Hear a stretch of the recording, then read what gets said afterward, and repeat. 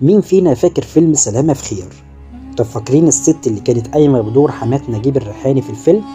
الست دي ليها قصة غريبة وعجيبة، وفي نهاية حياتها تم قتلها والذئاب أكلت جثتها، ونجيب الريحاني أسلم بسببها.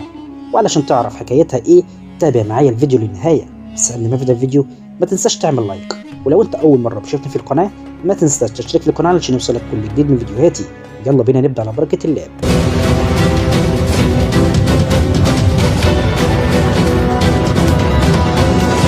أمينة زهني كوميديانة تمتعت بروح عفوية مؤثرة، دخلت عالم الفن على يد الفنان نجيب الريحاني للمرة الأولى والأخيرة، وبعد ما تقاضت أجرها من شغلها في الفيلم اختفت في ظروف غامضة. اسمها أمينة أحمد عبد العال زهني، اتولدت في محافظة الشرقية سنة 1860، وبعدها انتقلت للقاهرة وسكنت في حي باب الشعرية علشان يقودها الحظ وتبقى جارة الفنان نجيب الريحاني الممثل المصري العظيم.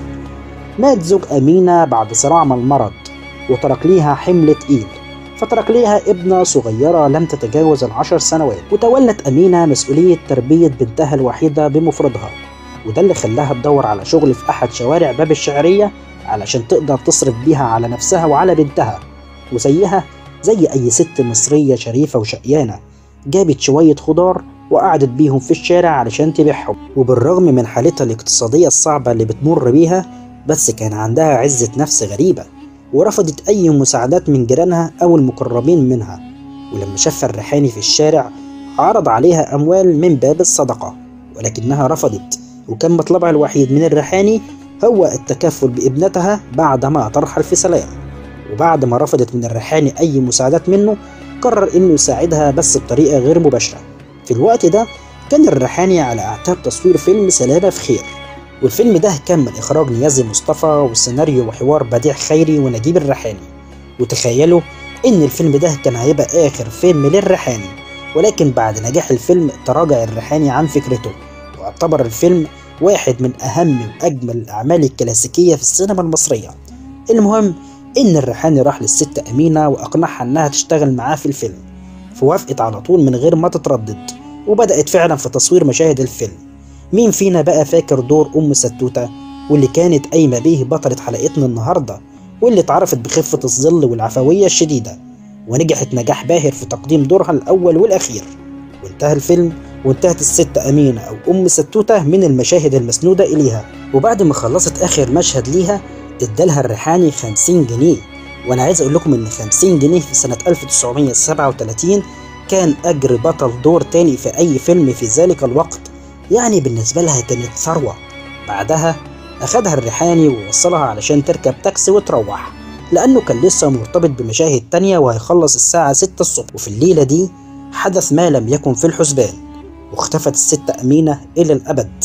وبعد انتهاء الريحاني من تصوير المشهد المقرر عليه راح لها علشان يطمن عليها، ولكن اتفاجأ بأنها فص ملح وداب، وتركت ابنتها وحيدة في ذلك العالم القاسي. ليبدأ بعدها الريحاني ورجال الشرطة في البحث عن أمينة، ولكن للأسف بدون جدوى، فقد اختفت أمينة تماما عن ذلك العالم دون أثر يرشدنا إليها. لكن بعد مرور 27 سنة على تلك الحادثة، وفي يوم من الأيام تم القبض على سائق تاكسي لارتكاب جريمة قتل أحد أصدقائه، وبعد صدور حكم الإعدام عليه اعترف المتهم أنه ذات ليلة كان يقود بامرأة عجوز في وسط البلد ليشاهدها وهي تقوم بعد مبلغ كبير من المال، فقرر أنه يغير طريقه ويدخل جوه الصحراء. ولما سألته أنت غيرت طريقك ليه؟ قال لها إن فيه عطل في السيارة، ليقوم بعدها بضربها على رأسها لحد ما وقعت على الأرض، وأخذ 50 جنيه وهرب وساب جثتها في الصحراء. لكنه عاد في اليوم التالي لكي يراها، ليتفاجأ بأن الذئاب أكلتها وملقاش غير ملابسها المقطوعة. وبعد التحري عن تلك العجوز اكتشف إنها الفنانة أمينة زهني، ليعلن بعدها نجيب الريحاني إسلامه بعد تلك الحادثة المريعة، ونفذ وصية أمينة وربى بنتها اللي دخلت كلية الطب. وبعدها سافرت بنت أمينة إلى ألمانيا واستقرت على أرضها، لتنتهي قصة مأساوية للغاية لفنانة كان كل ذنبها إنها تحصلت على ما لم تكن تحلم به، وتنتهي معاها حياة أم ستوتة اللي أمتعتنا بمشاهدها في فيلم سلامة في خير. وإلى هنا نكون قد وصلنا لنهاية حلقتنا، واللي بتمنى يا رب إنها تكون عجبتكم، وأشوفكم على خير في حلقات جديدة. السلام عليكم ورحمة الله وبركاته.